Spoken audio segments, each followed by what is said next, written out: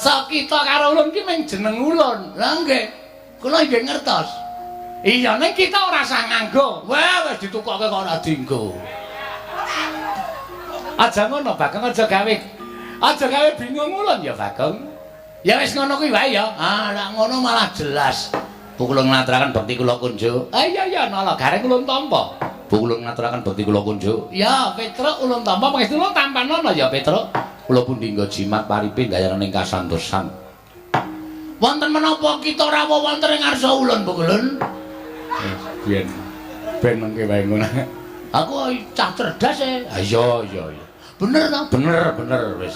Bu Kulun ngaturi prasaja kalian panjenengan ulun. Indra piye iki? Iya lali Bathara Indra. Bagong piye? Kula ngaturaken bekti kula kunjuk Bathara Indra. Iya, ulun tampa. Pangestu ulun tampanono. Oh nggih. Wah mesake sampean sakniki dhewe we. Lho, dhewe piye? Saplose dono kali kasino mati niku. Indra pun mboten main film. Sabar lho, Ndra, sabar. Bagong iki pancen bocahe kaya ngene iki. Nek ora tatak tanggo-tanggon atimu, mungsuh Bagong iki ketekuk-tekuk kowe engko. Iya. Gantak blek gunduk suaru gembal. Sumurante hawela. Nggonku nglakoni tapa brata. Iki gareng karo Mas Petruk. Tak goleki mubeng minger le. Persasa tepung gelang kekalangan. Aku goleki karo kowe tinemune ketemu nang papan kene kok mapan nang tengahing alas. Monggo iki ra ning lengkeng Gunung Mahameru, iki alas Bombong Wirayang, alas sing gawat kliwat. Wingit kepati satu mara satu mati, jalma mara keplayu. Kowe lunga saka Karang Kedempel ninggal karo tanggung jawab. Wigatine apa kok kowe mapan ana ning tengahing alas kene? Kakangmu aku karo kakangmu Petruk nyusul karo kowe. Sing wigati mung kepengin ngerti apa sebabe kok kowe mapan ning tengahing alas. Gong. Wis sawetara retu bapak kuwi lunga. Monggo Bapak Semar ninggal Karang Kadempel ora dingerteni menyang endi lenggahe bapak. Saiki bapak kuwi isih urip apa wis ora ana, kuwi anak-anak ora ngerti. Kowe aja gawe butek kahanan sing bening lho. Kok malah kowe ninggal Karang Kadempel ki niatmu piye? Sejatine apa kok mapan ana ing tengahing alas. Terus kowe nang kene kok nyebar kembang-kembang pirang-pirang nang ngarepmu dupa menyan ratus kumendeng kowe iki nglakoni tapa? Pancen niatku aku prihatin kok, Tru. Tapa brata? Kok nggawa radio? Kok kowe ngerti? Lah iki mau lagu dayohe teko iki mau. Tapa kuwi ora entuk nggawa apa-apa. Terus saiki aku tak takon, wong wedok burimu kae sapa? Tapa kok nggawa wong wedok? Arep nggawa apa? Kae abdiku e. Sing gawene leladi nyawiske uba rampe garu rasa mala. Dupa menyan ratus sing tak kongkon. Ora jane kowe iki ndek niat apa kok lunga saka Karang Kadempel? Niatmu piye?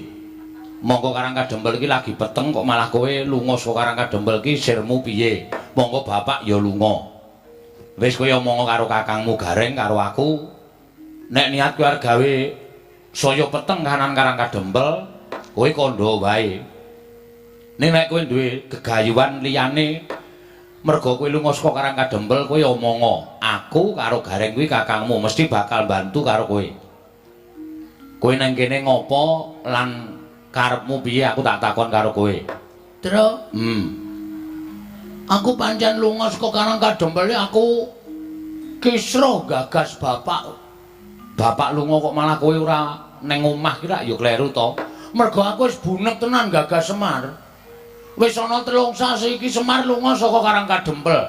Monggo kawula Karang Kadempel bareng koncatan Semar ngibarate kaya dene sapu ingkang ilang suwe pating slebar ora karo-karuan. Ora ana panutane. Ora ana sing dienggo cekelan. Ha ta? Heeh. Terus aku mumet sirahku aku sisan lunga saka kene. Terus nek kowe wis lunga ngene iki apa rampung perkarane? Aku nyuwun marang ngersane Gusti Aku nyuwun marang ngersane sing gawe urip nglakoni tapa iki selama saksuwene bapak ki lunga saka Karangkadempel. Aku ki pengen nyuli karo bapak pengen tetep Karangkadempel ki dadi papan sing ayem tentrem rukun ora ana apa-apa manunggal tetunggalan. Heeh. Mula aku njaluk kekuwataning dewa supaya aku iso mbangun desa Karangkadempel lan munggahe nata negara ing Ngamarta. Tanggep kowe iki nuwun sewu. Gegayamu ki keduren kok. Gegayamu iki keduren wong ing atase sak kowe kok arep nata Karangkadempel luwih-luwih nata negara Ngamarta. Harep tok lakoni tapa brata, kekuatanmu iki ra padha karo Bapak Semar. Kose aja ngono. Sing ngerti sisteme pembangunane Bapak Semar ki meng aku. Aku ki mbiyen nyateti bapakne bangun Karangkadempel. Mula sing wajib neruske ki ya aku. Kaya kowe iki pancen wonge pancen ya pinter-pinter ning nuwun sewu, SDM-mu rendah. SDM ya apa? SDM ki susu telur madu. SDM ki sumber daya manusia. Ha, kuwi. Ning aku ora ngerti carane. Lah terus aku nglakoni tapa? Gegayamu keduren. Gantungkan cita-citamu setinggi langit. Jika kamu jatuh akan jatuh ke dalam bintang-bintang. Sapa kuwi sing ngendika? Ora ngerti kowe SDM-mu rendah. Iya ya. Mula wong ki aja sok ngembe karo wong. Giri lusi jalma tan kena kinira. Cacing kae kala mangsane iso tekan pucuk gunung. Apa meneh Bagong ki diwenehi pikiran. Mula aku duwe gegayuhan. Terus gegayamu, ya kowe mau bangun Karangkadempel. Nek upama ora kelakon, sing ngomong ora kelakon sapa? Wong ki nek ndek gegayuhan ki aja mung ditekake ana ing karep tok. Ning tekakno ing tekad. Mergo tekad ki pokoke ing karep. Wong ki nek wis ngopo-ngopo nek wis gelem nekat, kuwi apa-apa kadang kala sok kelakon. Mula aja gagas karo awakmu kuwi. Kowe ki mung batur, kowe ki mung gedibal, aku ki mung kere, aku ki mung abdi. Ning kala mangsa abdi kaya awake dhewe ki ya iso mbangun desa nata negara. Ngono ya, Gong. Nek ora saka arus bawah, piye carane supaya pembangunan kuwi supaya apik nek ora kowe karo aku ki niat bangun desa terus. Handra ingkang puspita rum mengkere-kere dadak suluk. Yes, men. Kasiring samirana mrih. Paham ora? Paham. Oh,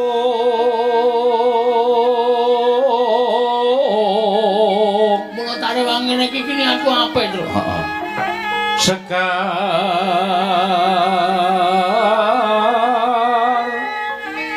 kadung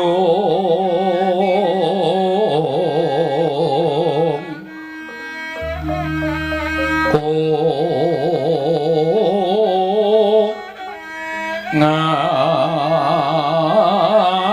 gandanyo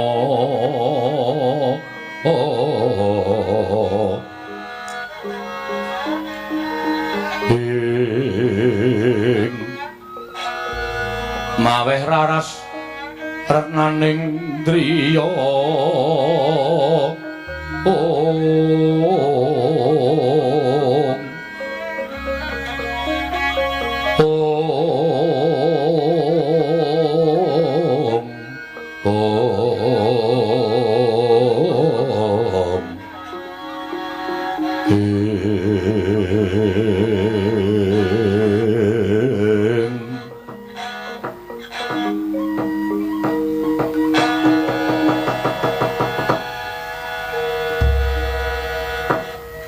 dipikir-pikir pancen niatmu ki apik, Gong.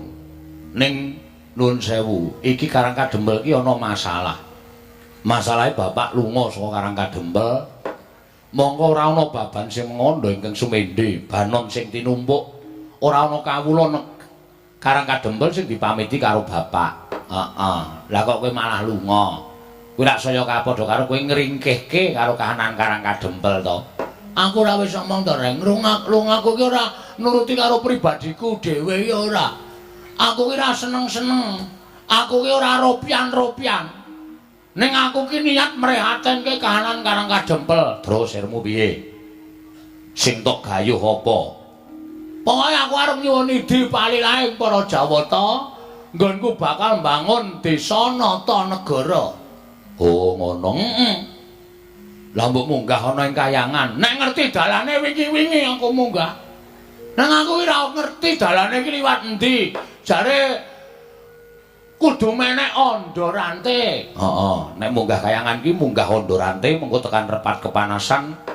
Terus nang kono ana gepura gedhe ditunggu karo Cingkarabala Balapata. Lah ning kono kuwi kowe iki diteter entuk sowan ngersaning Sang Hyang Giripati apa ora?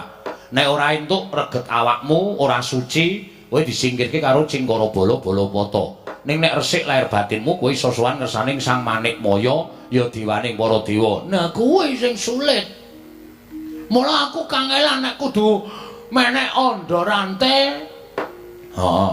Nang Repat Kepanasan terus ketemu karo Cingciripit, Cingkarabala Balapata. Cingkarabala Balapata kuwi nek aku ora resik, ora suci, diuncalake tiba meneh ning jagat. Ha iya. Bola-bali ngono kuwi ra kesuwen. Mulane aku pancen arep gawe geger Kayangan Suralaya. Seranane aku nglakoni tapa? Wah. Ngono ya. Jarene wong tuwa supaya kahanan Kayangan geger iki kudu nyate iwak gagak. Terus sing geger udu Kayangan. Ngendi? Demit-demit.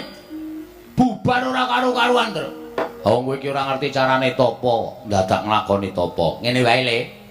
Nek miturut aku saiki mulih. Ya tak derekke mulih, terus ayo nata bareng-bareng desa, nata negara bareng karo aku, bareng karo Petro. Nek kowe mulih mengko terus digoleki di dom nyambut gawene. Aku karo Petruk nunggu Karang Kadempel, kowe goleki bapak utawa swalike kowe nunggu Karang Kadempel, aku karo Petruk goleki bapak. Lah arep goleki kowe nandi, Reng? Semar kaya apa gedene semono kan nek muni minggat lunga karo wong tuwa kok. Nek muni lunga le ndelik primpene ra jamak-jamak. Angel Semar kaya golek-golekane. Ngono ya. Ambles kok bapak baline piye? Ngene wae, bapak bali ya syukur, ora warisane didung wong telu. Kok iso ngono lho pikiranmu? Lho, kudu ngono, Tru. Wong ki alure nendi? Parane nendi? Semar ki wis tuwa. Heeh. Monggo lunga ora omong-omong. Ya nek ora ana apa-apa, nek kesonjobaya ning dalan. Lho, nek ana apa-apa ning dalan, Semar cilik roro gedhe tekaning pati. Nek nganti ora tinggal wasiat apa-apa, kowe karo aku kok do gelut rebutan warisan.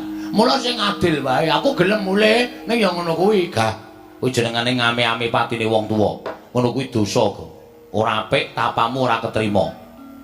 Nek ora gelem ya wis, kowe mulya kono, ora usah melu-melu karo aku. Lah terus kowe iki arep ngopo? Wis ta. Engko ora tekan esuk. Tekan esuk piye tegese? Iki aku ya rung dong arep teruse kepiye iki ya ora ngerti. Ah sebabe, wah jan ini do njaluk lakon do awur-awuran iki. Do awur-awuran tenan ya. Heeh, aku marahi terus pun pening kepalaku, santai wae. Sing bakul, pokoke kowe karo aku ora usah wedi. Nek kowe arep niat nggawa aku bali, aku ora marep mulih. Nek kowe tetep melu nang kene, ayo bebarengan nyuwun marang panguwasaning dewa. Dewa ben menehi kanugrahan tumrap awake dhewe iso nata negara, nata desa Karang Kadempel. Engko nek dewa nilsu, aku sing tandingi. Gong, ora clemongan. Dewa ki ngerti lho. Kowe batin wae dewa ki ngerti. Nek nganti kemecap, nek nganti tekan kene tenan, nek nganti ana apa-apa, terus dewa nesu tenan karo kowe piye? Wis ta, aku tapa ngene iki wis tak ikhlaske patiku. Dadi aku mati wis ora wedi. Nek dewa tekan kene aku nyuwun pangestu mbangun desa nata negara, ora dikeparengake, ora nyawang wis sapa? Aku sing tanggung jawab. Piye, Reng? Wis manut, mulih apa nang kene? Nek mulih mesake Bagong. Nek nang kene awake dhewe kesempyoke ngaradan wong Bagong iki nek wis nekat ngono kuwi. Wis, Bagong iki nek muni ndek karep wis ora bakal nyawang sapa wae. waton karepe iki bener mesti sapa-sapa diwaneni terus. Lah iya. Aku ya kuwatir. Nek neng apa-apa piye, Gong? Ngene wae kowe rasa do melu-melu to. Kowe iki tengok nang mburiku kene, engko nek nang diwa teko-tekan kene, aku sing tanggung jawab. Kowe rasa jumangkake suku, ngrem-rembyahake asta. Cukup aku dhewe sing temandang karya. Mati urip tak sandangi. Ngene iki nggonku arep mbelani kawula sakarang kadempel supaya urip becik, rukun, ayem lan aku iso mbangun desa nata negara rek. Ayo. Ayo ge disuluki. Oh iya. Sikra-sikra yen permana kanca. Sikra ora kenawang sesangka.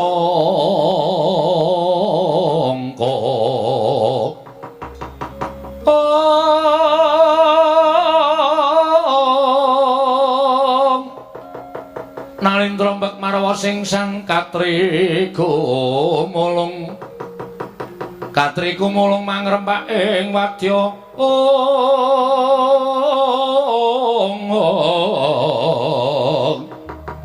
kurta kurare kagiri-giri nanggono magawe gelar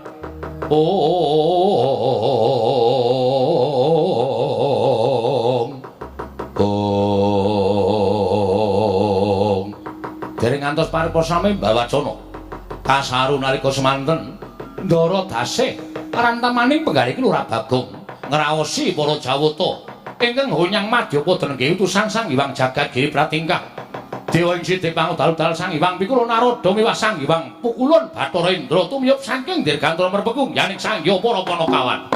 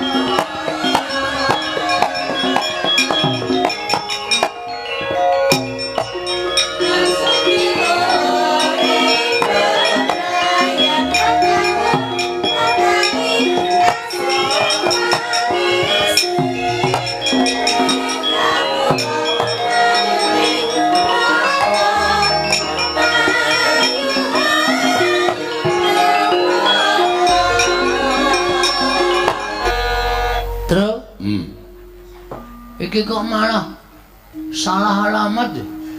Salah alamat piye? Sirku sing tak kon rawuh ki dewa kok iki malah tuyul. Tuyul dengkul mlocot kuwi dong ora, Gong. Hah?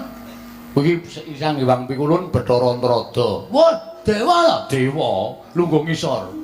Wah, dewa ya ana sing elek. Ana. Pak mau dewa iki bagus kabeh apa piye? Dibageke. Apa sing dadi penjangkamu wis kelakon kok. Dewa iki rasah kowe nglakoni tapa dirasani iki nek niatmu apik dewane mesti rawuh. Jenenge sapa? Pukulun Kanika Putra. Sing gampang wae Narada. Narada Pukulun nganggo Pukulun. Pukulun sarawuh paduka Pukulun wonten ing wana.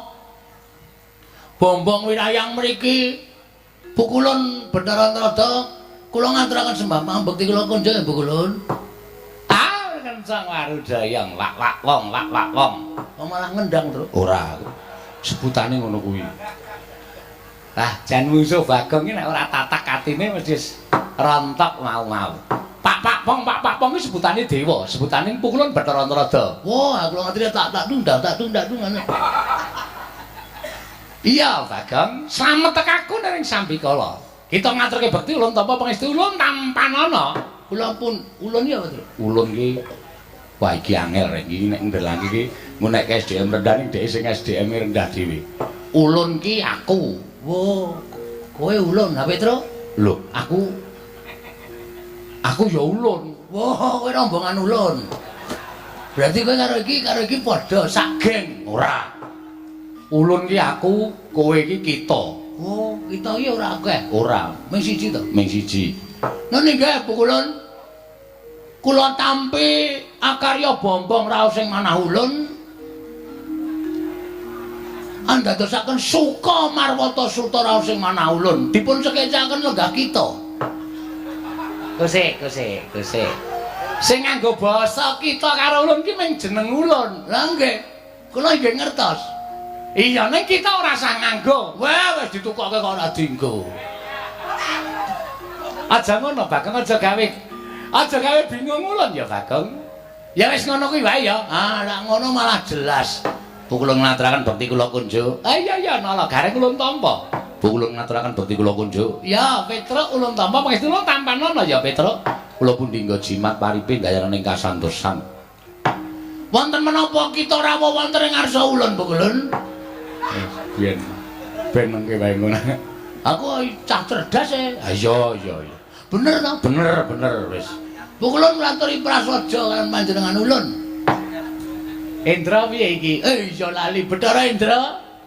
Bagong piye?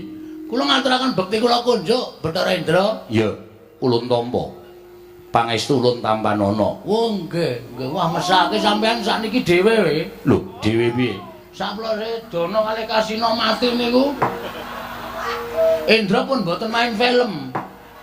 Sabar lho, Ndra, sabar. Bagong iki pancen bocahe kaya ngene iki. Nek ora tatak tanggo-tanggon atimu, mungsuh Bagong iki ketekuk-tekuk kowe engko. Iya, Bagong aku ijen. Oh nggih.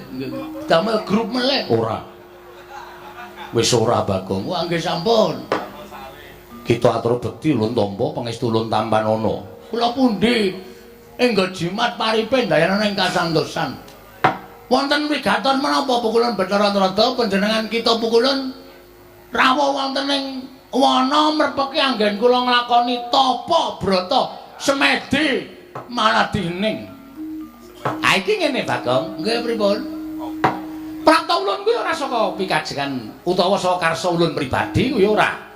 Nanging ulun iki diutus dening Sang Hyang Jagat Giri Pratingkah supaya merpeki lawan jeneng kita. Sinten niku Sang Hyang Jagat Giri Pratingkah? Bathara Guru. Hah? Bathara Guru. Jare guru kok Giri Pratingkah? Jenenge akeh, blok goblok. Jenenge pirang-pirang Sang Hyang Jagat Giri Pratingkah, ya Sang Catur Boja, ya Manik Maya, ya Jati Murti, ya Purwakanda lan sak piturute kuwi jenenge akeh. Sapa kuwi? Bathara Guru kuwi. Berarti nek ditulis nang ngarep omah dawa banget ya, Tru. Ora usah ditulis. Kae lho ana tulisan lurah titik-titik ngono kae nek Bathara Guru kan dawa banget. Wis to, ge dipakeke tak keplak mutar. Kowe iki dewa tok sepelekke. Dewa cilik e. Men semono. Wah, aja sembrono. Dadi prapta ulun iki diutus Sang Hyang Bathara Guru. Wow, berarti sampean asisten guru. Ya wis sakarep kita nggih kita omong. Ngene ya Bagong, Pripun? ulun jarwani ya.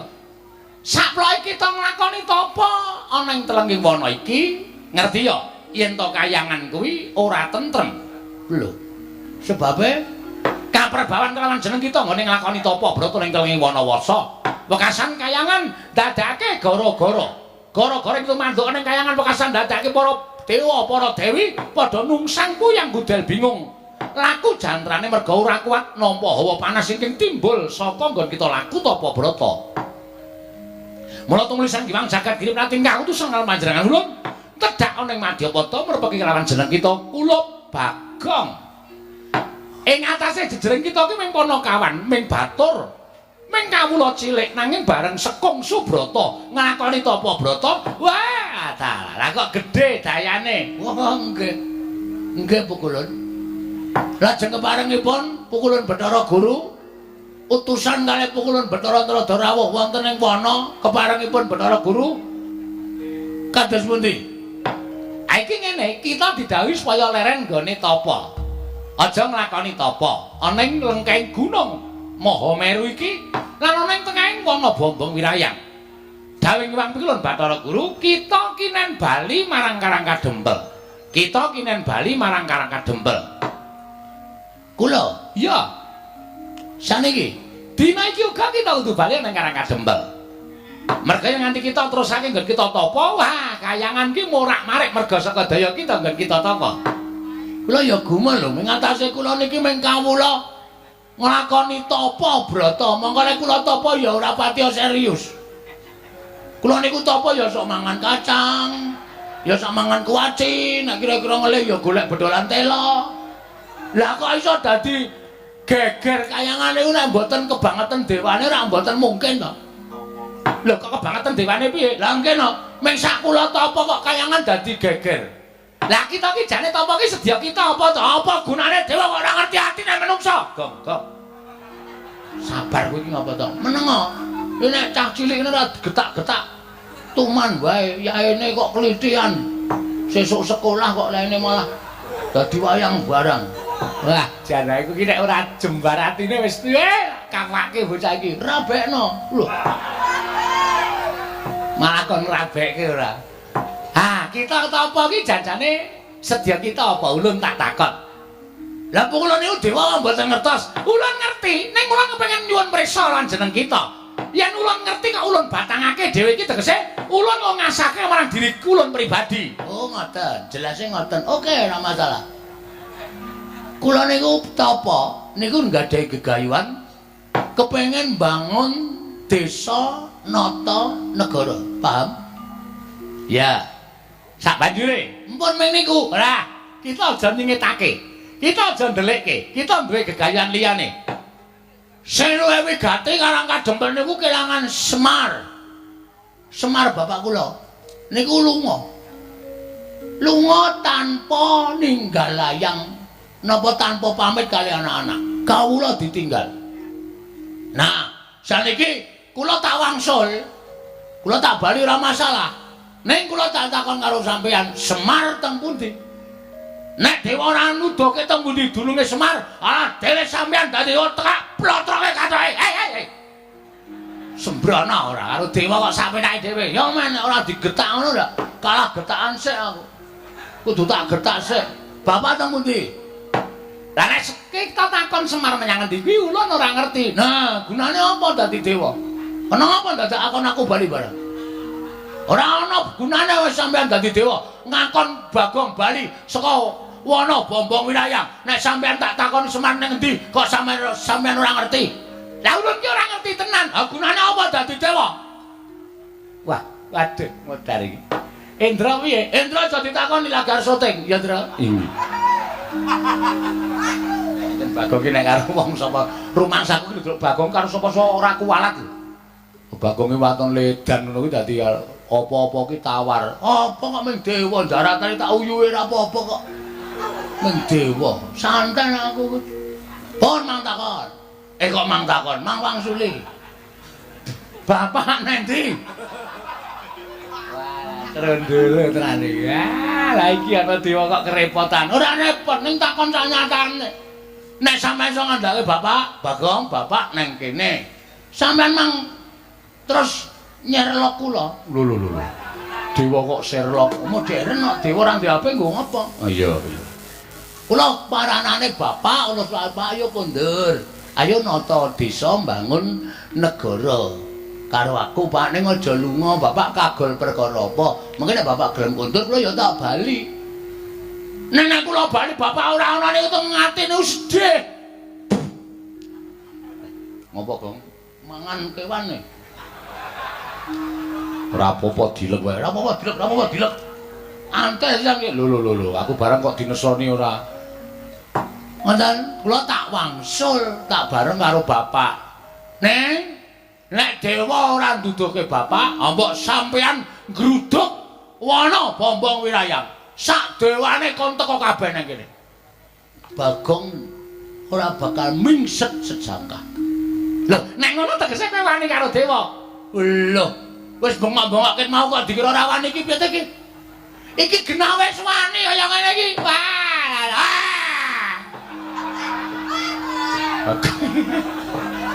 Wong cetha ditanang omahe.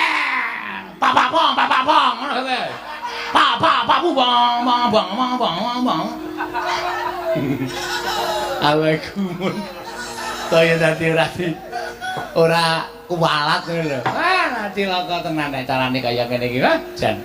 Ha iki terus aku lan golek-goleki bapakmu nendi? Ha bapak diatur kondur sik teng Karang Kadempel. Nek bapak mboten kondur teng Karang Kadempel, yakin kula ora bakal bali. Lah nek kita ora gelem bali, ula ning ngruda paripeksa. Weh, kena pasal kowe. Lho. Pemerkosaan itu dilarang oleh negara. Ngruda paripeksa kuwi padha karo pemerkosaan. Bagong rasa tok perkosa. Aku pasrah. Ah. Padha wae ora kok malah aku pasrah ora. Ngono. Ngruda paripeksa karo Bagong nuwun sewu. Rawe rantas malang tak putung. Mangane Bagong kelangan bapak, Bagong ora iso sida mbangun desa nata negara, gunane apa kula urip teng Alang Padang nek ora migunani tumraping wong liya. Ora ana gunane. Amba ulung kula modar cemplungke kawah Candra Dimuka, kaluan ring ngrasake mbangane urip, ora ana gunane uripe Bagong dienggo wong liya. Ora ana gunane Bagong urip ning Alang Padang pukulun Bathara. Sapa kowe? Ah, lali kok. Aku krungu keploki dadi lali. Krungu keplok dadi lali. Sapa, Tru? Kaneka Putra. Kaneka mawarna-warna. Kaneka Putra. Kaneka Putra, ya Bathara Antarada. Jenengmu pira? Lho, oke. Hei sapa kowe? Lho kaya iki kepiye to wis geger kaya ngene kok dadak takon jeneng. Aku iki gek ngomong kok. Lha wis bengok-bengok kaya ngene kok ora ana tindakan bablas. Niatmu piye? Nek arep gawe Bagong bali ora gelem ya sampean gek nesu, ngono lho. Wah, tutuk sepatu sisan kowe. Nyile sepatune tak ngrutuk kowe. Lho. Nyile sepatu kok ngrutuk sing duwe karepe piye? Endra, wonten dawuh iki Bagong piye kaya ngene iki, Endra?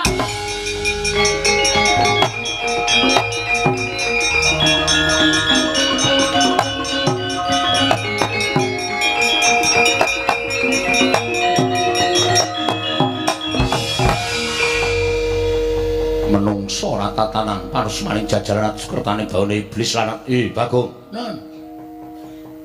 Kowe ngerti? Iwang Pikulun Narada kuwi sapa? Maksude? Iwang Pikulun Narada kuwi sembahaning para dewa. Kami tuwaning dewa. Oh, Modin. Udu. Kami tuwaning dewa kuwi dewa sing sepuh dhewe. Selagine para dewa wae wedi karo Iwang Pikulun Bathara Narada kok kowe nyamah marang asmaning Iwang Pikulun Kaneka Putra. Apa tegese kowe bakal ngembari marang panguwasaning para Jawata? Boten ajeng nyamah. Ning nuwun sewu, kabeh niku kudu ming sak traju. Nek akon wong mule kula dikon bali niku gampang. Kula bakale bali, ning kula ya iso ngaturke syarat. Kula ya dikeparengake ngaturke syarat. Syarate waton dewa iso nemokke Bapak Semar, kula tak mule. Yakin kula ora arep wani karo dewa. Nek Bapak Semar ora ketemu, anggen nyuwun ngapunten kula ya ora gelem bali. Yen kowe ora gelem bali kowe wani karo dewa. Nuwun sewu apa dewa ki ora entuk diwaneni ya. Apa dewa ki ora entuk diwaneni? Dewa ya menungsa lho, Mas. Dewa ki mung ora kedunungan pati ning iso ngrasake lara, isih iso mangan, isih iso ngombe. Dewa ki dadi kapercayaning sing gawe urip nggo niti priksa marang mobah musik para titah. Aja dianggep dewa iki dhuwur dhewe derajate terus menang idak-idak wong cilik kaya Bagong ngene iki. Wah, aku kok merinding to. Lambene turah kok wis aku. Aku yo tap-tapan terus. Ngono. Do mundur nek ora wani, ora usah melu-melu. Lah, kowe nanti aku ora arep lunga. Iki bungkusanku. Arep do dibuka enake iki nggo sangu ta apa e?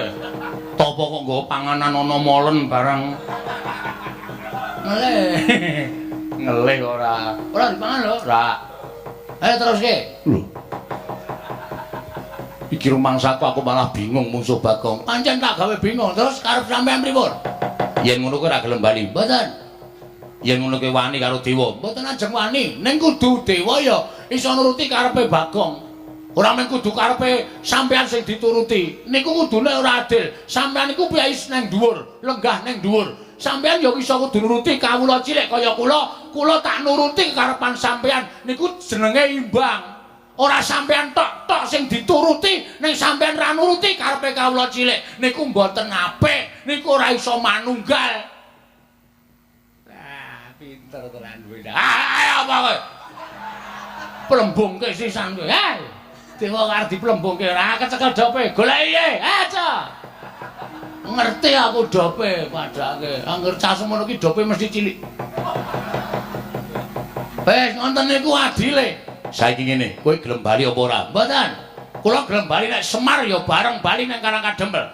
Nek ora gelem bali aku ingkang ruda paripeksa karo kowe. Nek kula diruda paripeksa carane cacing niku kepidak menungso ngulit ora ngrasake lara. Ning butuh males karo sing midak. Monggo cacing niku ora ndek perasaan.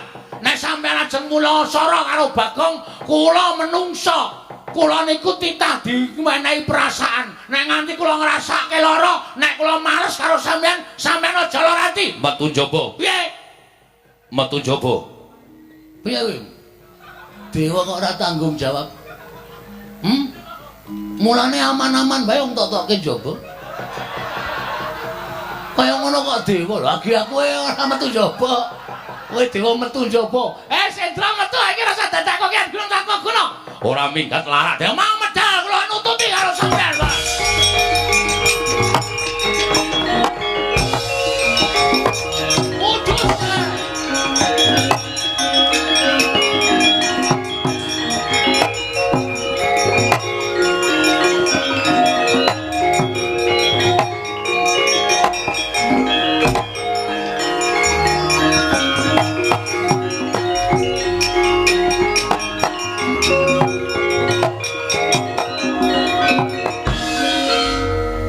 Kocok. Kowe nantang dewa ngono kuwi apik apa piye? Kowe iki ameng-ameng nyawa uripmu, Gong. Kowe padha karo anguk-anguk kawah Candra Dimuka lho, Gong. Kowe kok nantang karo Bathara Indra. Bathara Indra ki sapa? Ambo. Kok takon aku? Aku ora tau nurutke silsilah Bathara Indra kok. Nggo ngapa? Bathara Indra ki putrane Bathara Guru sing nomor 4. Ngono. Nek kowe wani karo Bathara Indra, mulai nganti Bathara Indra ki ngajak kanca-kancane ruwang-ruwange dewa ngeroyok karo kowe piye? Mongko ana dewaning geni, ana dewaning banyu, ana dewaning angin, ana dewa sing tukang jabut nyawa. Aku ora wedi. Wis ta? Lah padha ngruyuk karo aku ora masalah, Tru. Tenan kowe ora usah kuwatir karo aku, santai wae. Santai. Tak pethone nek kowe ora gelem ngiwangi tak pethone dhewe. Wis ta, kowe siap-siap wae gareng bedah bumi. Lho. Petro ngabari tangga separo. Kon ngopo? Omong nek aku mati ngono wae. Aku iki wani kok ming pamit mati iki njur kekuatanmu nek ndi? Nek ya kuwi. Nun sewu ora ana ala tumomo ning becik. Wis ta, yakin. Kuwi kaya ngono kuwi digondheli wae. Ngono. Wong tumindak ala iki ora bakal tumomo ning becik, wis ta. Dadi aku tumindak kaya ngene iki aku mbelani karo bapak, aku mbelani karo kawula Karangkadempel, mbelani karo kawula negara Ngamarta sing pengin tak tata lan kepengin tak bangun.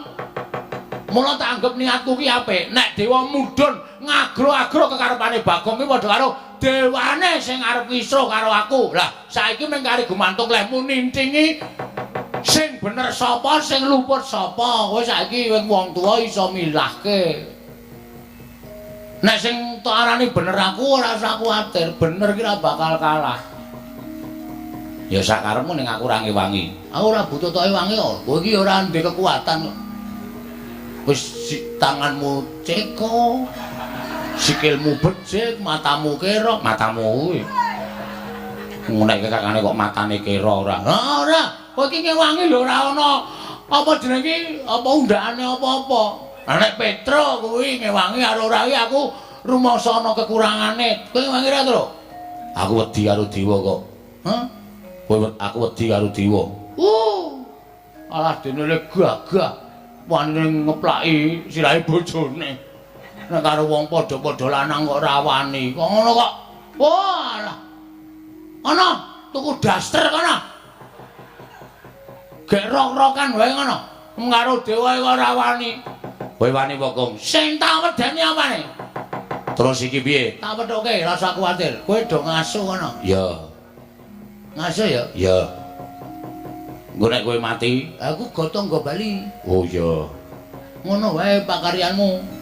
Nek aku menang kowe melu gleleng. Oh iya. Penak ta? Heeh. Ora rekoso tur kepenak lekmu tumandang. Ya. Kono gareng mulih kono. Nek kowe mati, Wis ora usah mikir aku mati. Wis to, ora nek mati. Aku nek mati yakin wis to, wis ora usah kuwatir. Ora tekan 40 lekmu nylameti. mergane Hitung dinane kowe wis nusul aku ring. dengkulmu mlacak. Ngedeg-deg iki senengane. Wah, tratap aku ora. Ya sing ati-ati ya, Kong. Wis ora usah kuwatir, pethoke diwa-diwane terus. Ya.